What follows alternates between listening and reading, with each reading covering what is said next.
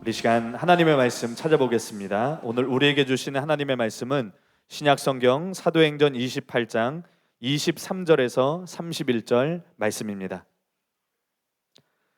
저와 여러분이 28절까지 교독해서 읽고 본문에 29절이 없기 때문에 30절과 31절을 다 같이 읽겠습니다. 23절부터 28절까지 교독하고 30절, 31절을 다 같이 읽겠습니다. 그들이 날짜를 정하고 그가 유숙하는 집에 많이 오니 바울이 아침부터 저녁까지 강론하여 하나님의 나라를 증언하고 모세의 율법과 선지자의 말을 가지고 예수에 대하여 권하더라. 서로 맞지 아니하여 흩어질 때에 바울이 한 말로 이르되 성령이 선지자 이사야를 통하여 너희 조상들에게 말씀하신 것이 옳도다.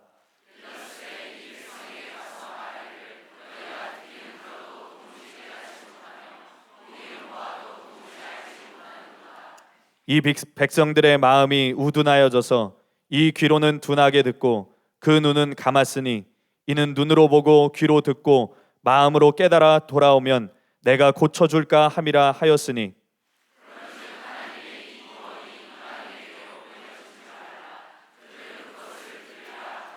다 같이 읽겠습니다. 바울이 온 이태를 자기 셋집에 머물면서 자기에게 오는 사람을 다 영접하고 하나님의 나라를 전파하며 주 예수 그리스도에 관한 모든 것을 담대하게 거침없이 가르치더라. 아멘. 오늘 저는 본문을 가지고 영혼 구원을 보게 될 것입니다 라는 제목으로 하나님 말씀 전하겠습니다. 아시는 대로 이 사도행전을 보시면은 바울은 다메섹에서 주님을 만나 변화된 사람입니다. 그리고 바울은 즉시로 예수님께서 이 그리스도이심을 전하게 되는데요. 그렇게 예수님을 전하던 바울은 유대인들의 핍박으로 인해 죄인의 신분으로 로마의 법정에 서게 됩니다. 로마에 도착한 바울은 높은 사람들을 초대하여 자신을 변호합니다. 바울의 변호를 들은 사람들은 약속 날짜를 정하여 바울에게서 다시 말씀을 들었습니다. 이렇게 예수님의 말씀대로 로마에서 바울은 복음을 전하였어요. 우리가 함께 읽은 본문은 사도행전의 마지막 단락입니다. 이 단락을 끝으로 사도행전은 마치게 돼요. 사도행전 1장 8절에 보시면은 총 28장으로 된 사도행전의 주제 성구라고도 말할 수 있는 너무나 익숙한 말씀이 있습니다. 오직 성령이 너에게 임하시면 너희가 권능을 받고 예루살렘과 온 유대와 사마리아와 땅끝까지 이르러 내 증인이 되리라 하시니라 라는 말씀이에요. 이 말씀을 두고 볼 때 사도행전은 간단하게 성령 충만한 사람들이 예수님의 증인이 되는 말씀이라고 볼 수 있습니다. 그리고 이것이 저와 여러분의 부르심이기도 합니다. 우리는 신분도 성별도 나이도 직업도 다 다르지만 성령님께서 함께 하시는 그리스도인으로서 예수님의 증인으로 살아간다는 면에서 우리는 다 동일한 것이에요.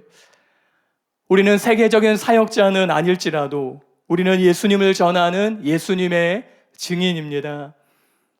그러면 여러분은 예수님의 증인으로서 삶을 살아가고 계십니까? 우리 모두는 올해 초 담임 목사님의 설교 말씀을 통하여 4명의 태신자를 정하고 그 중에 한 사람을 구원하기 위해 기도하며 전도하고 있습니다. 벌써 한 7개월이 가깝게 흘러가고 있어요. 우리는 25%의 성공을 향해 최선을 다해야 되는 것이에요. 이 일을 너무나 잘하고 계시겠지만은 잘하는 분들에게는 격려를 위해서 한편으로는 7개월이 지나면서 전도에 대한 열정이 식은 분들에게는 동기부여와 도전을 드리기 위해서 이 말씀을 준비했습니다. 우리는 오늘 본문을 중심으로 예수님의 증인인 전도자로서의 태도를 함께 살펴보기를 원합니다. 첫 번째로 영혼 구원을 위해 분명한 메시지를 전하는 것이에요. 먼저 23절에 보시면은 그들이 날짜를 정하고 그가 유숙하는 집에 많이 오니 바울이 아침부터 저녁까지 강론하여 하나님의 나라를 증언하고 모세의 율법과 선지자의 말을 가지고 예수에 대하여 권하더라 라는 말씀이 있습니다. 로마에 도착한 바울은 어느 정도 자유를 보장받은 죄인의 신분이 되었습니다. 바울은 자유는 제한되었지만은 사람들은 만날 수 있었어요. 사람들은 시간과 날짜를 정하여 바울을 찾아왔습니다. 자신을 찾아온 바울은 그들에게 아침부터 저녁까지 강론하였습니다. 강론이란 에크티데미오로 설명하다라는 뜻이에요. 그렇다면 바울이 아침부터 저녁까지 설명한 것은 무엇이었습니까? 그것은 하나님의 나라와 예수님에 대한 것이었어요. 31절에도 보시면은 하나님의 나라를 전파하며 주 예수 그리스도에 관한 모든 것을 담대하게 거침없이 가르치더라 라고 말씀해요. 바울은 날짜를 정하여서 그렇게 찾아온 사람들에게 하나님의 나라와 예수님에 대해서 가르쳤습니다. 바울의 영원한 주제가 있다면은 그것은 하나님의 나라였고 예수님이었어요. 죽으시고 부활하신 예수님을 임금과 구주로 믿음으로 들어가는 하나님의 나라가 바울의 유일한 주제였습니다. 이 하나님의 나라는 또한 예수님의 주제였습니다. 복음서에서 예수님께서는 하나님의 나라에 대해서 전하셨어요. 마가복음 4장 26절에 또 이르시되 하나님의 나라는 사람이 씨를 땅에 뿌림과 같으니, 누가복음 9장 2절에 하나님의 나라를 전파하며 앓는 자를 고치게 하려고 내보내시며, 누가복음 9장 11절에도 무리가 알고 따라왔거늘 예수께서 그들을 영접하사 하나님 나라의 일을 이야기하시며 병 고칠 자들은 고치시더라. 죽으시고 부활하신 예수님은 주제가 바뀌셨을까요? 여전히 하나님의 나라를 가르치십니다. 사도행전 1장 3절에 그가 고난받으신 후에 또한 그들에게 확실한 많은 증거로 친히 살아계심을 나타내사 40일 동안 그들에게 보이시며 하나님 나라의 일을 말씀하시니라. 이와 같이 하나님의 나라는 예수님의 중요한 관심 주제였습니다. 그리고 이것이 바로 우리가 동일하게 전해야 할 주제라는 것이에요. 전도자로서의 태도는 먼저 오직 하나님의 나라와 예수님을 전하는 것입니다. 물론 교회에서는 다른 많은 주제를 가르치고 전합니다. 신앙생활에 많은 유익을 주는 가르침들이 있습니다. 그러나 정말 중요한 것은 하나님의 나라와 예수님이라는 것이에요. 여러분, 하나님의 나라는 무엇이에요? 다 아시는 것처럼 하나님의 통치, 하나님의 다스림입니다. 저와 여러분에게 필요한 것은 하나님이 다스리시는 것, 하나님이 통치하시는 것이에요. 사람의 문제는 무엇이에요? 돈이 없는 것, 몸이 약한 것, 성공하지 못한 것, 물론 이것이 중요할 수 있습니다. 그러나 사람의 본질적인 문제는 하나님의 통치를 거절한다는 것이에요. 이것이 인간의 가장 큰 문제입니다. 돈이 많아도, 건강하고 성공해도 하나님의 다스림을 내가 거절한다면 인간은 아무 소용이 없기 때문이에요. 그러므로 인간의 가장 중요한 것은 통치권이 바뀌는 것입니다. 바로 사탄의 통치에서 하나님의 통치로 변화되는 것이에요. 어둠에서 빛으로 바뀌는 것이에요. 하나님의 통치를 받음으로 의와 평강과 기쁨이 가득한 삶이 되는 것이 사람의 최고의 목표입니다. 여러분, 하나님의 통치를 받을 때 우리가 거하는 모든 곳에 하나님의 나라가 임하게 될 것이에요. 그런데 중요한 것은 세상은 이것을 모른다는 것이에요. 하나님의 나라가 있다는 것을 모릅니다. 이 세상은 사탄의 나라고 사탄이 지배하고 있다는 사실을 깨닫지 못해요. 사탄의 나라에서 해방되어 하나님의 나라로 들어가야 된다는 사실을 알지 못한 채 성공을 향해서, 자신의 꿈을 향해서, 자신의 명예를 향해서 자신의 전 인생을 투자하면서 산다는 것이에요. 아니면은 단순히 착하게 살면 되지, 단순히 구제하고 이웃을 돕고 선행을 베푸며 살면 되지, 그렇게 하면서 평생을 산다는 것이에요. 통치 영역이 바뀌어야 된다는 사실을 모른 채 사는 것이에요. 그러므로 우리는 하나님의 나라와 예수님을 알려주어야 합니다. 이 세상은 보이는 것이 전부가 아니라 보이지 않는 영역이 존재한다는 것을 말해주어야 해요. 예수님의 십자가에서 죽으심과 부활하심을 전해주어야 합니다. 이렇게 바른 메시지를 전할 때 사탄의 왕국은 무너지게 될 것이고 하나님의 나라를 세우는 일들이 일어나게 될 것이에요. 그런데 바울은 이 사실을 무엇으로 가르쳤습니까?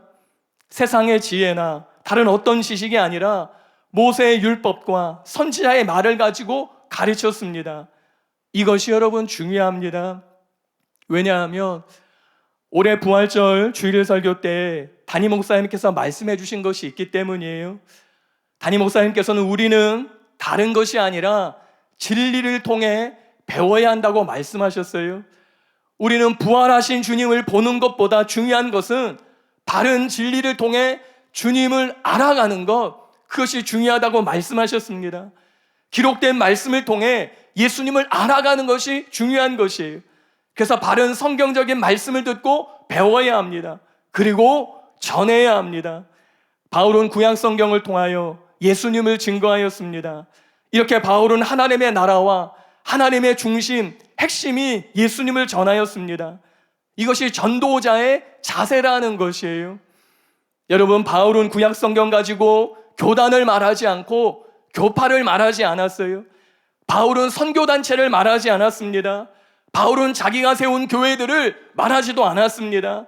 사역이나 다른 조직들을 말하지 않았다는 것이에요. 오늘날 교회의 문제는 무엇입니까? 때로 목사들이 예수님보다 자기 자신을, 예수님보다 교회를 더 전한다는 것이에요. 예수님보다 자기 사역을, 자기 단체를, 자기 조직을 더 중요하게 여긴다는 것이에요. 자기 교회, 자기 교단, 자기 신학을 예수님보다 더 관심을 갖고 강조한다는 것이에요. 다 탈선한 것이에요. 그래서 세상이 변하지 않는 것이, 메시지가 변질되었기 때문에 세상이 달라지지 않는 것이에요. 여러분, 바울의 관심은 자기가 세운 교회도 아니었어요. 자기를 돕는 단체들도 아니었습니다. 자기를 후원하는 어떤 교회들이 아니었어요. 바울의 관심은 오직 하나님의 나라와 예수님 뿐이었습니다. 그러므로 우리는 하나님의 나라와 예수님에 대해서 관심을 가져야 합니다. 우리는 성경을 통하여 하나님 나라와 예수님을 알아가야 합니다. 그리고 그 예수님을 전해야 되는 것이에요. 전도를 하시다가 주위에서 왜 요즘 교회는 그 모양이라고 혹시 질문을 들으십니까? 그러면은 그렇게 대답하세요. 글쎄, 나는 그 교회 문제 잘 모르겠는데 당신에게 필요한 것은 예수님이야. 또 전도를 하시다가 한국교회 교단이 뭐냐고, 교파가 뭐냐고 물은다면은 그렇게 말씀하세요. 나는 글쎄 그런 거 잘 모르겠는데 그러나 나는 예수님을 안다고, 그렇게 예수님만을 말하시기 바랍니다. 사람들이 정말 들어야 하는 것은 다른 어떤 것이 아니라 예수님이시기 때문이에요. 여러분, 신앙하게 말씀드려서 기독교보다 중요한 것은 예수님입니다. 교회보다 중요한 것은 예수님입니다. 기독교 조직이나 사역 단체보다 중요한 것은 예수님인 것이에요. 교회와 목사가 다른 말 하지 않고 하나님의 나라와 예수님이라는 분명한 메시지를 타협하지 않고 변질되지 않고 전할 때 세상은 변하게 될 것입니다. 그리고 영혼들은 주님께로 돌아오게 될 것이에요. 저와 여러분이 담임 목사님을 통해서 매주일 진리의 말씀을 들으면서 점점 더 주님을 알아가실 수 있게 되길 바랍니다. 점점 더 하나님의 나라에 대해서 알 수 있게 되길 바랍니다. 그리고 그 예수님을 전하는 저와 여러분이 되시기를 예수님의 이름으로 축복합니다. 두 번째로, 반대를 만나면 포기하지 말고 방향을 전환하는 것이에요. 24절부터 28절에 보시면은 이런 말씀이 있어요. 그 말을 믿는 사람도 있고 믿지 아니하는 사람도 있어 서로 맞지 아니하여 흩어질 때 바울이 한 말로 이르되 성령이 선지자 이사야를 통하여 너희 조상들에게 말씀하신 것이 옳도다. 일러스되 이 백성에 가서 말하기를 너희가 듣기는 들어도 도무지 깨닫지 못하며 보기는 보아도 도무지 알지 못하는도다. 이 백성들의 마음이 우둔하여져서 그 귀로는 둔하게 듣고 그 눈은 감았으니 이는 눈으로 보고 귀로 듣고 마음으로 깨달아 돌아오면 내가 고쳐줄까 함이라 하였으니 그런즉 하나님의 이 구원이 이방인에게로 보내준 줄 알라. 그들은 그것을 들으리라 하더라.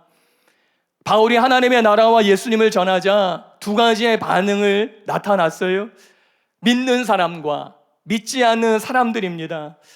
여러분, 저와 여러분이 타협 없이 예수님을 전하고 타협 없이 복음을 전하면은 사람들이 다 변하지 않을 것이에요. 다 듣지도 않을 것입니다. 예수님께서도 이 말씀을 하셨어요. 마가복음 16장 15절과 16절에 또 이르시되 너희는 온 천하에 다니며 만민에게 복음을 전파하라. 믿고 세례받는 사람은 구원을 얻을 것이요 믿지 않는 사람은 정죄를 받으리라. 복음을 전합니다. 예수님을 전합니다.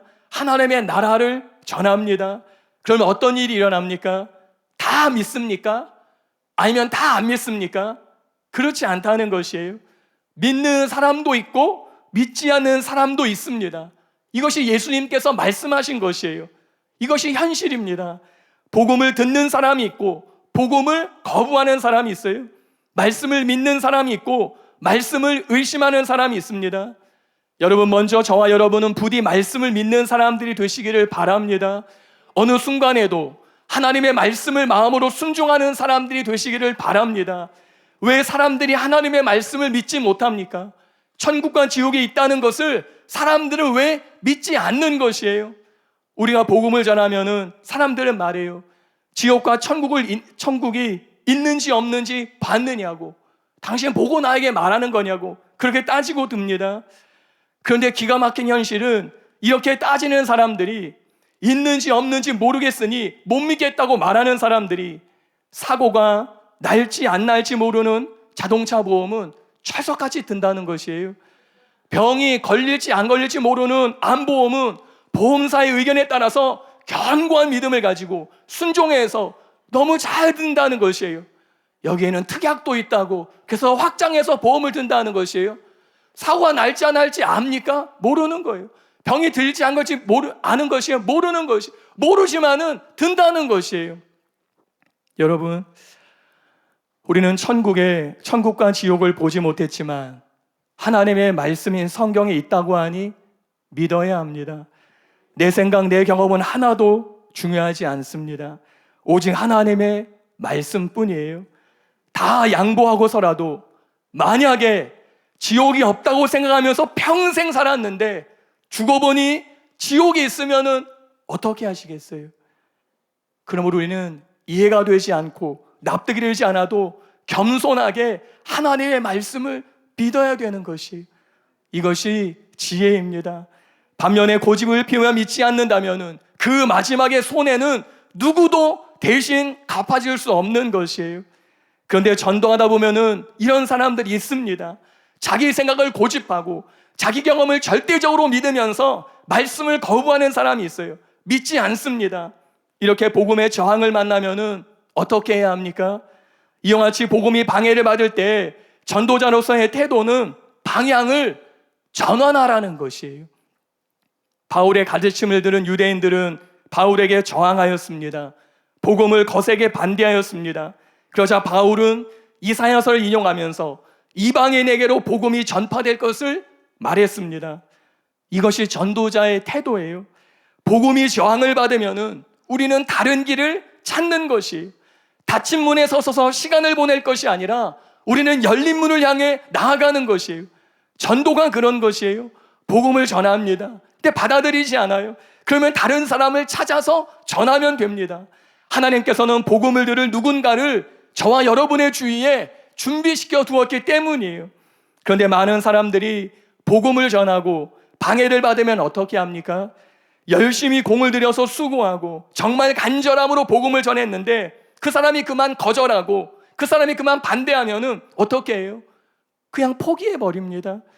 그냥 그만두는 것이에요. 난 전도 은사가 없나 봐.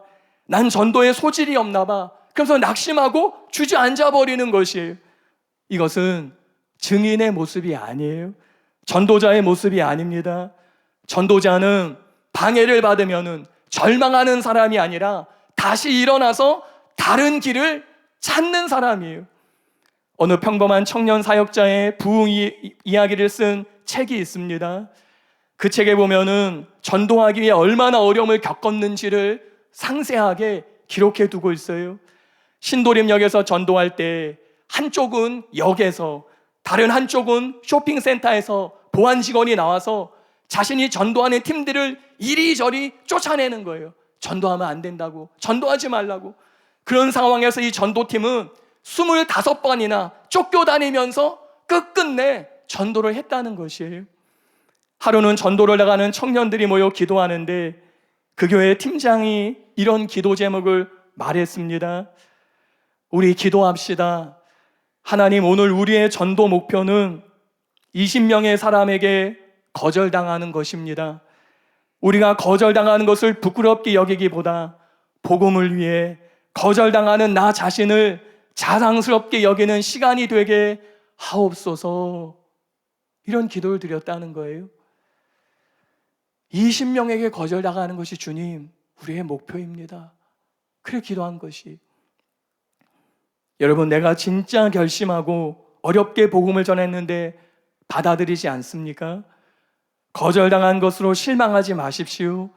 성경에 언제 우리가 전도하면은 다 믿을 것이라고, 다 받아들일 것이라고 말씀하셨습니까? 오히려 위대한 사도, 능력 있는 복음 전도자인 바울이 전에도 믿는 사람과 믿지 않는 사람들이 있었어요. 심지어 존귀하신 예수님이 전하셔도 반대하며 죽이려고 달려드는 사람들이 있었습니다. 그러나 예수님은 전혀 실망하지 않으셨어요. 반대하면은 반대를 피해서 또 전했습니다.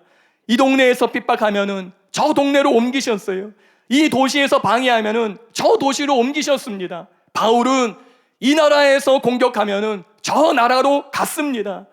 어느 날 예수님께서 반대하는 사람들을 만나시고 실망하셔서 갈릴리에서 전도를 그만두셨더라.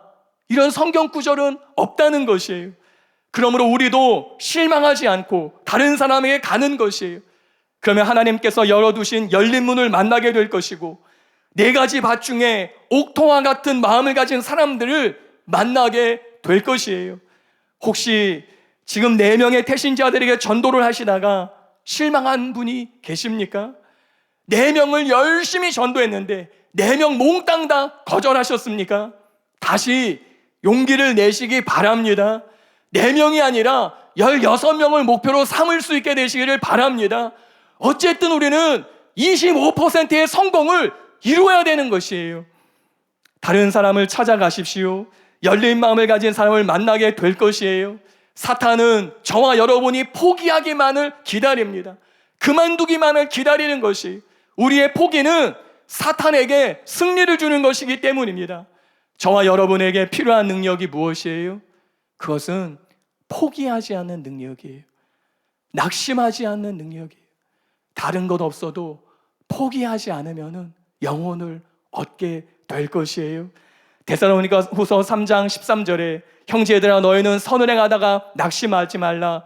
고린도후서 4장 1절에도 그러므로 우리가 이 직분을 받아 긍휼하심을 입은 대로 낙심하지 아니하고, 누가복음 18장 1절에도 예수께서 그들에게 항상 기도하고 낙심하지 말 것을 비유로 말씀하여, 갈라디아서 6장 9절에도 우리가 선을 행하되 낙심하지 말지니, 고린도후서 4장 8절에도 답답한 일을 당하여도 낙심하지 아니하며, 고린도후서 4장 16절에도 그러므로 우리가 낙심하지 아니하노니, 히브리서 12장 3절에도 너희가 피곤하여 낙심하지 않기 위하여 죄인들이 이같이 자기의 거역한 일을 참으신 자를 생각하라 하는 말씀이 있어요.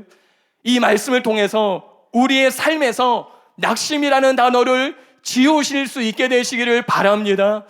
여러분, 누가복음 15장에 보시면은 3가지의 비유가 있어요. 잃어버린 양, 드라크마의 비유, 집을 나간 탕자의 비유입니다. 그런데 이 비유의 마지막은 다 잔치로 끝이 납니다. 잃은 양 비유의 마지막이에요. 누가복음 15장 6절에 집에 와서 그 벗과 이웃을 불러 모으고 말하되 나와 함께 즐기자. 잃어버린 드라크마의 비유입니다. 누가복음 15장 9절에 또 찾아낸 즉 벗과 이웃을 불러 모으고 말하되 나와 함께 즐기자. 집 나간 탕자의 비유예요. 누가복음 15장 23절에 그리고 살찐 송아지를 끌어다가 잡으라. 우리가 먹고 즐기자. 다 잔치로 끝이 납니다. 왜 그렇습니까? 가장 큰 기쁨이기 때문이에요. 다른 말로 영혼 구원이 가장 소중하기 때문이에요. 지금도 세상에 머물던 한 영혼이 주님께로 돌아오면은 주님께서는 크게 기뻐하십니다. 죄와 마귀와 저주와 질병에 사로잡힌 사람들이 하나님께로 돌아오면은 하나님께서는 잔치를 베푸신다는 것이에요. 여러분, 영혼을 구원하는 것이 옳은 것입니까? 그렇다면은 그 옳은 일을 포기하지 않게 되시기를 바랍니다. 또 영혼을 구원하는 것이 하나님 아버지께서 기뻐하시는 일입니까? 그렇다면은 하나님이 기뻐하는 그 일을 중단하지 않게 되시기를 바랍니다. 여러분, 우리는 우리가 해야 할 일을 하면은 하나님께서는 하나님이 하신 일을 하게 될 것이에요. 그리고 영혼들이 구원받는 것을 우리 모두가 보게 될 것입니다. 세 번째로, 큰 꿈을 작은 실천으로 성취하는 것이에요. 그것이 30절과 31절의 말씀입니다. 바울이 온 이태를 자기 셋집에 머물면서 자기에게 오는 사람을 다 영접하고 하나님의 나라를 전파하며 주 예수 그리스도에 관한 모든 것을 담대하게 거침없이 가르치더라 하는 말씀이에요. 사도행전 읽어보신 분들은 사도행전에서 많은 감동적인 사건들, 말씀들을 보셨을 것이에요. 스데반이 순교를 당하면서 저들이 알지 못합니다, 용서해 주십시오, 그런 말씀이 있어요. 마술사들이 거듭나서 자신의 책들을 팔았는데 그것이 은 5만이나 되는 상상할 수 없는 금액인 것을 알게 됩니다. 미문에 앉은 안진뱅이가 베드로의 선포로 치유되는 그런 감동적인 사건들이 기록되어 있어요. 그런데 오늘 본문의 이 30절만큼 감동적인 말씀도 없습니다. 전도자로서의 너무나 중요한 태도를 깨닫게 하는 말씀이기 때문이에요. 여기서 배우는 전도자의 태도는 무엇입니까? 그것은 꿈은 크게 갖되 실천은 분명하게 하라는 것이에요.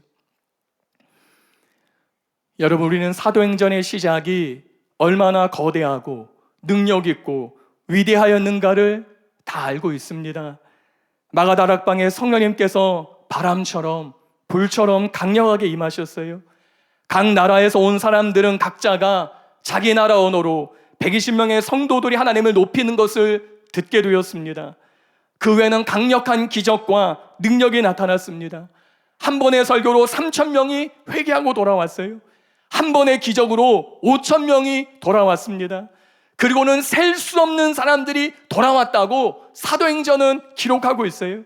이것이 사도행전의 시작이었습니다. 그런데 지금 사도행전의 마지막은 어떻습니까?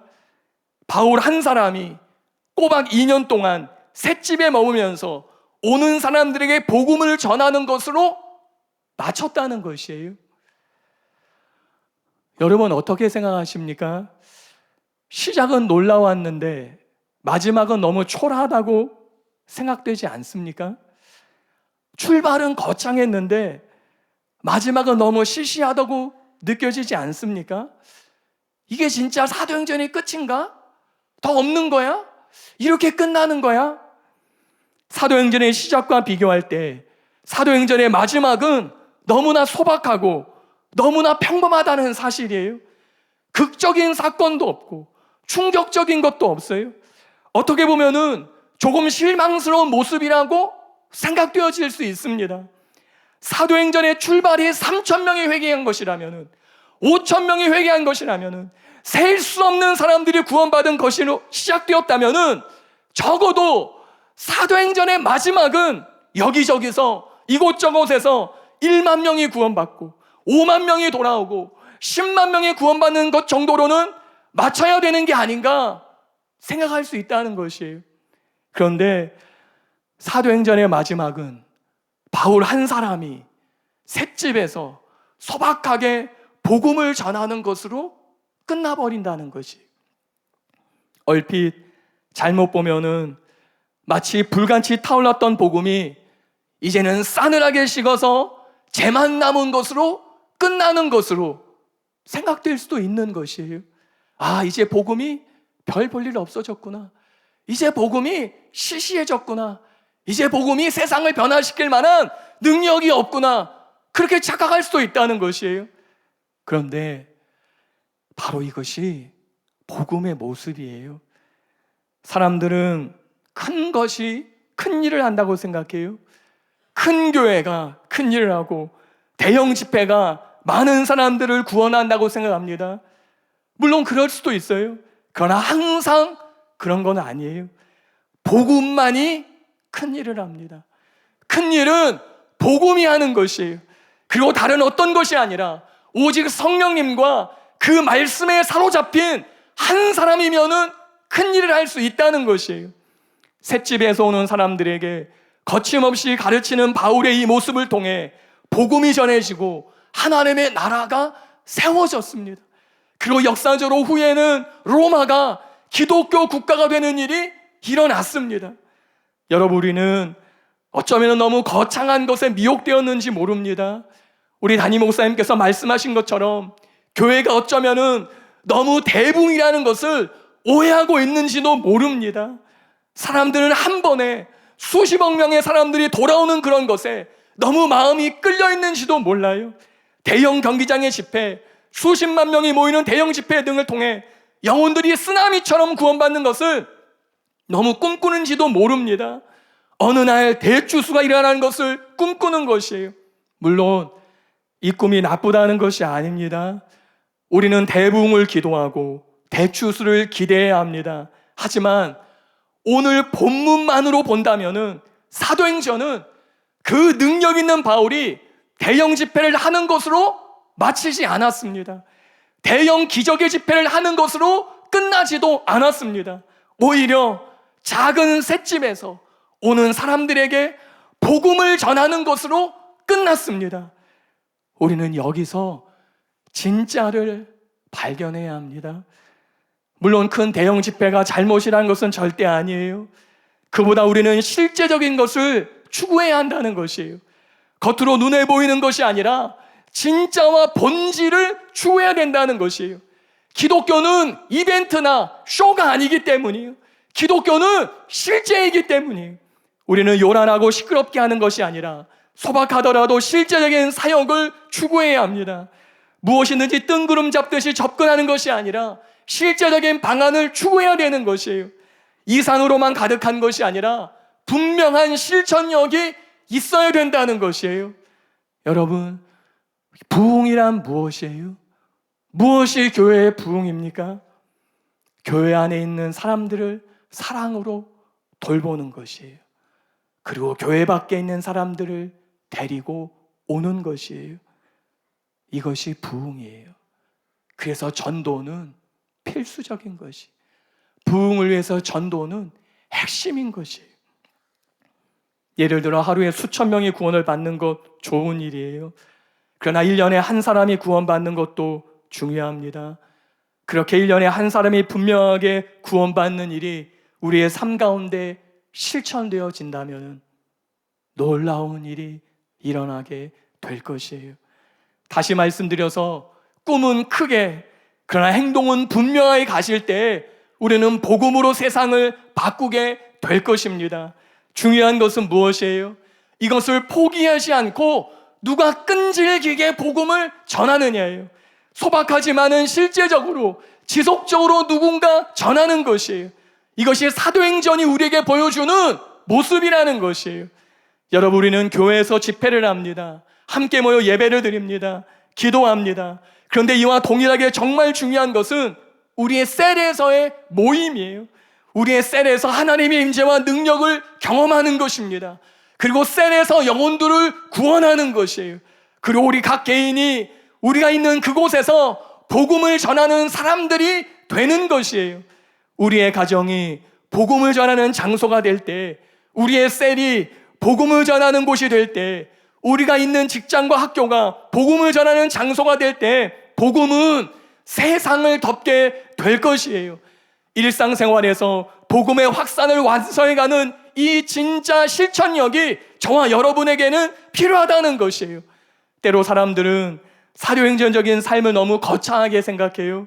치유하고 예언하고 기적을 일으키고 놀랍고 엄청난 일들이 일어나는 것으로 생각합니다. 물론 이런 모습들이 있습니다. 그러나 사도행전적인 또 다른 모습은 너무나 소박하다는 것이에요.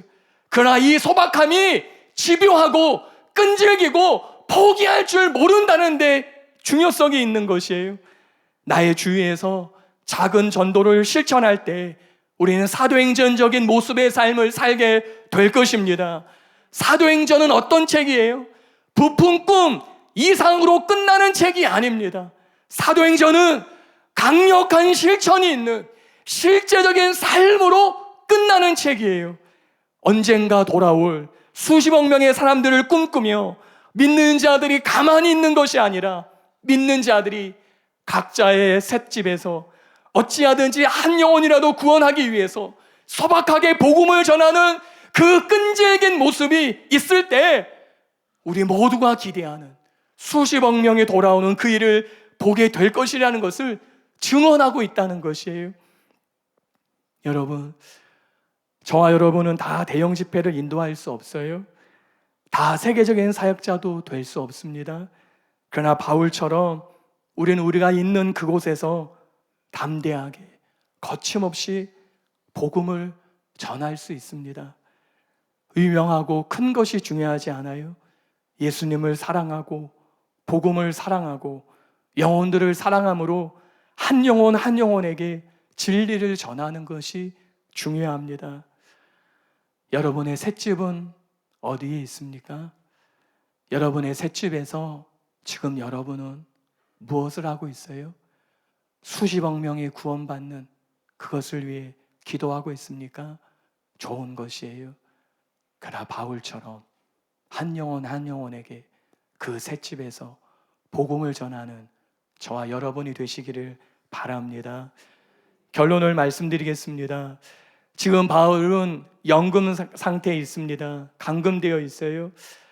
바울 사도가 로마에 도착한 때는 AD 62년경으로 알려져 있고 바울이 순교한 때는 67년경으로 네로에 참수형을 당했다고 학자들이 말합니다. 그러니 바울은 지금 로마에 있는 바울은 청년이 아니에요. 그렇다고 장년도 아닙니다. 아마 노년이었던 것 같아요. 노년의 바울이 꿈꾸는 것은 땅끝까지 복음을 전하는 것이었습니다. 바울은 누구보다 복음에 대한 꿈이 큰 사람이었어요. 바울은 땅끝을 보기 원했습니다. 그런데 바울은 그 일을 뜬구름 잡듯이 하지 않았습니다. 여러분, 사도행전에 보시면은 바울은 로마에 오는 중에 이미 예수님으로부터 로마에서 복음을 전해야 할 것을 들었습니다. 사도행전 23장 11절에 그날 밤에 주께서 바울 곁에 서서 이르시되 담대하라 내가 예루살렘에서 나이를 증언한 것 같이 로마에서도 증언하여야 하리라 하시니라. 이 말씀을 오는 중에 예수님께 직접 들은 것이에요. 아마도 저 같았으면 이 말씀을 듣고 꿈에 부풀었을 것이에요. 아, 로마에서 복음을 전한다고 예수님 말씀하셨지? 이제 로마에서 복음을 전하면 로마가 뒤집어지겠지? 이제 로마는 다 죽었어. 이렇게 생각했을 것 같아요. 근데 예수님께서는 증거하라고 보내시면서 바울을 죄인의 신분으로 감옥에 갇히게 하셨어요. 주님께서는 로마에서 복음을 전하여야 하리라고 말씀하시면서 바울을 위해 넓은 원형 경기장을 준비해 두지 않으셨어요. 하다못해 집회 장소를 하나 마련해 두지 않으셨어요. 감옥에 갇혔습니다. 그냥 셋집에 그냥 머물게 하셨어요. 아이러니한 것이지요. 그러나 더 놀라운 것은 그 상황에서 바울은 전혀 실망하지 않았다는 사실이에요. 저 같았으면은 여기서 복음을 전하라고 이제 될 대로 되라. 아니 나 못하겠다. 그랬을 것 같아요. 근데 바울은 자신 있는 그곳에서 자신에게 부여된 자유를 사용합니다. 자신에게 사용할 수 있는 그 시간을 사용합니다. 자신에게 있는 그 장소를 사용하기 시작한다는 것이에요. 갈 수 없으니 사람들을 오게 만드는 것이에요. 아무 불평도 원망도 없습니다. 참으로 놀라운 사람이에요. 복음을 전할 수 있는 모든 것을 바울은 사용했어요. 그리고 예수님께서 말씀하신 너가 로마에서도 복음을 전해야 할 것이다. 그것을 순종하고 있었다는 것이에요. 정말로 바울은 이해할 수 없는 사람이에요. 그는 어느 상황에서든지 철저히 순종하는 사람이었습니다. 로마에서 복음을 전한다면은 이 정도는 돼야 되는 거 아니야? 이래야 되는 거 아니야? 그런 자기 생각이 하나도 없었어요. 예수님께서 로마에서 복음을 전하라고 하셨으니까 셋집에서 그냥 복음을 전하는 것이에요. 그냥 따르는 것입니다. 자신이 죄인인지 아닌지 하나도 중요하지 않았습니다. 바울에게는 복음이 중요했고 복음을 전하는 것만이 중요했습니다. 여러분, 우리는 무엇이 중요합니까? 여러분이 중요하게 여기는 것은 지금 무엇입니까? 셀장이나 팀장이나 사역자라는 타이틀을 얻는 것이에요? 아니면 더 좋은 환경입니까? 아니면 사람들로부터 인정받는 것이에요? 아니면은 복음입니까? 내가 무엇이 되어도 복음을 전할 수 있다면은 다 괜찮겠다고 바울처럼 그렇게 생각할 수 있겠느냐는 것이에요. 지난 4월에 인천 성도님 가정에 장례식이 있었어요. 장례식을 많이 인도했었지만은 그날따라 참 특이했습니다. 장례식장의 빈소가 12호실이었어요. 그래서 제가 참 12호실이구나 생각했어요. 근데 장례식장을 이제 발인 예배를 마치고 화장터로 가게 되었습니다. 화장터로 가는 그 장례 운구 버스차 번호가 1200번이더라고요. 너무나 신기했어요. 10이라는 숫자가 참 의미 있게 들어왔습니다. 장례가 다 마친 후에 돌아오면서 참 장례가 은혜 가운데 마쳤고 이 장례 받은 가정에 하나님께서 또 은혜를 부으셨다는 것을 생각하면서 돌아왔어요. 그래서 그 10이라는 숫자를 생각했습니다. 우리는 번호를 선택할 때 때로 0691, 0191 아니면 9191, 0191 이런 전화번호를 선택하지 않습니까? 그런데 제가 장례식을 마치고 이 10이라는 숫자, 하나님이 참 은혜를 부어주시고 은혜롭게 소천하게 되신 그 성도님을 생각하며 돌아오는데 제 자동차 백미러로 뒤에 따라오시는 인천의 이중목 목사님의 차 번호판이 제 백미러로 들어왔어요. 그 번호가, 차 번호가 8291번이었습니다. 8291번. 빨리 구원. 그 차 번호를 제가 과거에도 봤을 것이에요. 근데 장례식을 마치고 돌아오는데 백미러로 그 숫자가 눈에 딱 들어오는 거예요. 빨리 구원. 장례식을 마치고 돌아오는 길에 주님께서 말씀하시는 것 같았어요. 그날따라 화장터에 참 많은 운구버스가 빽빽하게 들어차 있었습니다.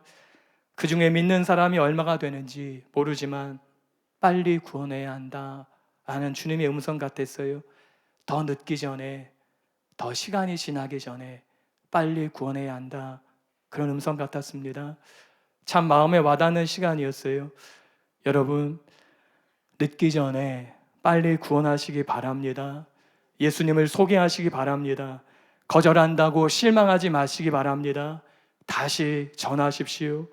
대형 집회, 대추수, 대부흥만 꿈꾸며 가만히 있지 마시기 바랍니다. 우리가 침묵하면, 우리가 입을 다물고 있으면은 대부흥과 대추수는 어디에도 없기 때문이에요.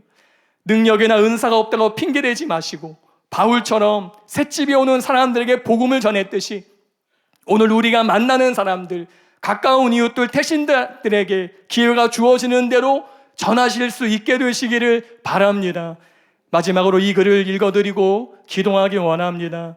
기도혁명이라는 책에 인용되어 있는 랄프 네이버의 글입니다.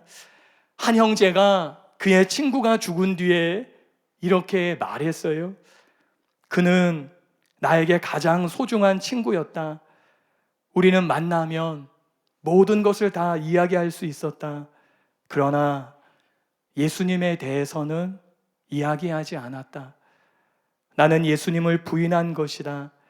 마치 베드로가 예수님을 부인한 것처럼 내가 매우 슬픈 것은 내 친구가 영원히 지옥에 있다는 것이다. 나는 자주 이렇게 말한다. 친구야, 나를 용서해줘. 나는 영원히 천국에서 살면서 말이다. 여러분, 저와 여러분은 용서를 구해야 할 사람은 없습니까? 우린 얼마나 많은 사람들에게 용서를 구해야 합니까? 친하게 지냈던 회사 동료들에게는, 학교 친구들에게는, 이웃들에게는, 그리고 우리의 가족들에게는 어떻습니까? 나는 영원히 천국에 살면서 지옥에 가는 가까운 이웃에게 가족에게, 친구들에게 우리는 얼마나 용서를 구해야 합니까? 때로 아빠 나를 용서해줘, 엄마 나를 용서해줘, 아니면은 아들아 딸아 나를 용서해다오 라고 말할 사람은 계시지 않습니까? 더 늦기 전에 지금 용기를 내시기 바랍니다. 지혜를 구하시기 바랍니다. 포기하지 말고 끈기 있게 사랑의 수고를 아끼지 마시기 바랍니다. 우리 모두는 함께 천국에서 행복할 수 있어야 합니다. 성령님께 도움을 구하십시오. 세로원들과 함께 힘을 모으십시오. 그리고 우리 모두를 통하여 태신자 중에서 한 영혼이라도 어찌하든지 구원하여서 천국으로 인도하는 일이 저와 여러분을 통해서 일어날 수 있게 되시기를 예수님의 이름으로 축복합니다. 우리 함께 들은 말씀을 기억하시면서 함께 통성으로 기도드리겠습니다. 여러분에게 중요한 것은 무엇입니까? 정말 여러분이 말하고 싶은 것은 무엇입니까? 여러분이 이 땅을 살아가시면서 정말 소중하게 여기고 계시는 것은 무엇입니까? 바울에게는 예수님뿐이었어요. 바울에게는 하나님 나라뿐이었습니다. 바울은 그가 어디에 있든지, 그의 신분이 무엇이든지, 그의 환경이 어떻든지 오직 그는 하나님 나라 예수 그리스도만을 전하는 사람이었어요. 그는 크고 위대한 꿈을 가졌습니다. 그는 땅끝을 보기를 원했어요. 그는 시대의 마지막을 보기를 원했습니다. 그러나 그는 꿈만으로 만족하지 않았다는 것이에요. 그는 작은 셋집에서 끈질기게 복음을 전하는 삶을 살았다는 것이에요. 갈 수 없으면은 오게 하였습니다. 그는 그가 있는 장소가 어디든지 예수님을 전하는 삶을 산 것이에요. 사도행전은 그 꿈으로 마치는 책이 아닙니다. 사도행전은 성도들의 끈질긴 실천, 끈질긴 행함, 끈질긴 행동의 책으로 마친다는 것이에요. 사도행전은 수십억 명이 돌아오는 대부흥과 대출을 꿈꾸는 것으로 끝나는 책이 아니라 한 사람이 셋집에서 2년 동안을 넘게 오는 사람에게 포기하지 않고 복음을 전하는 책으로 마친다는 것이, 저와 여러분의 삶은 어떻습니까? 저와 여러분의 복음에 대한 자세는 무엇입니까?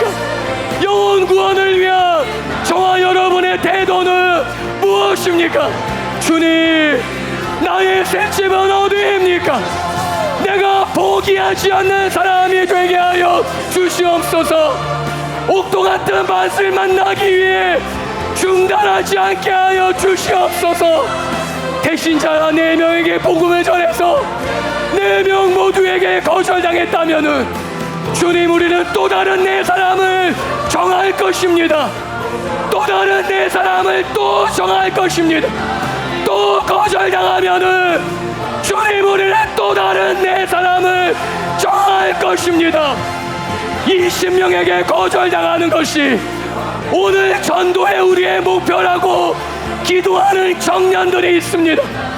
여러분은 얼마나 거절당하기를 원하는 것이 목표이십니까? 얼마나 많은 사람들에게 거절당하는 것이 이 땅을 살아가는 전도자로서의 목표이십니까?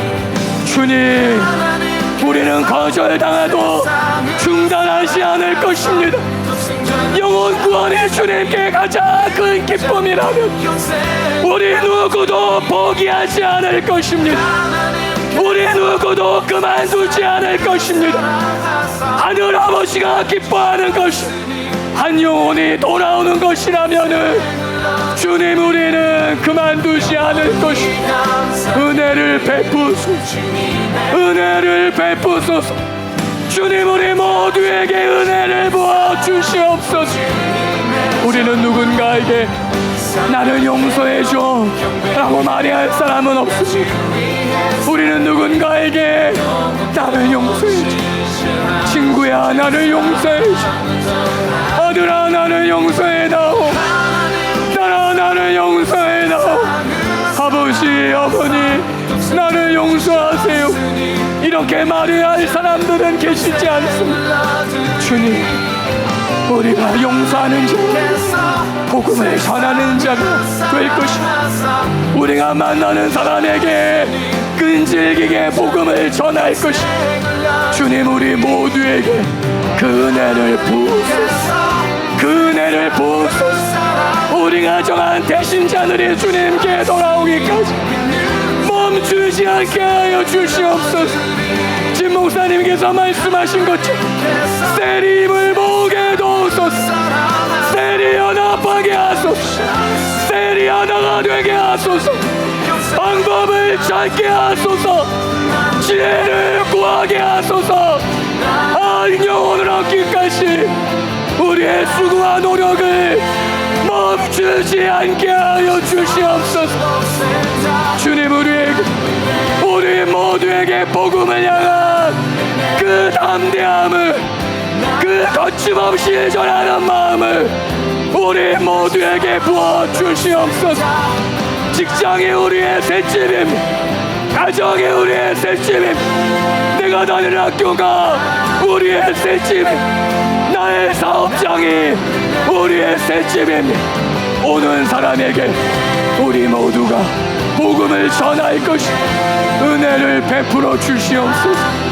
대부분과 대출을 보기에 우리 모두가 끈질기게 복음을 전하게 하소서. 주님이 그토록 원하시는 부흥을 보게 하소서. 부흥은 교회 안에 있는 영혼들을 사랑으로 돌보는 것이, 부흥은 교회 밖의 영혼들을 데리고 오는 것이, 이 부흥이 전도가 없이는 불가능한 것이, 주님, 전도에 대한 열정, 대신자 구원을 향한 열정을, 이것이 이벤트가 아니라 우리의 삶이 되게 하소서. 우리가 해야 할 삶이 되게 하소서. 2년 동안을 함께 바울이 행한 거지, 같이 2년 동안을 꼬박 복음을 전한 거지. 주님, 우리가 이것이 우리의 살아있는 삶의 이유가 되게 하여 주시옵소서. 우리가 이 땅에 머무는 동안 끊임없이 복음을 전한 우리 모두가 되게 은혜를 베풀어 주시옵소서. 그 은혜를 우리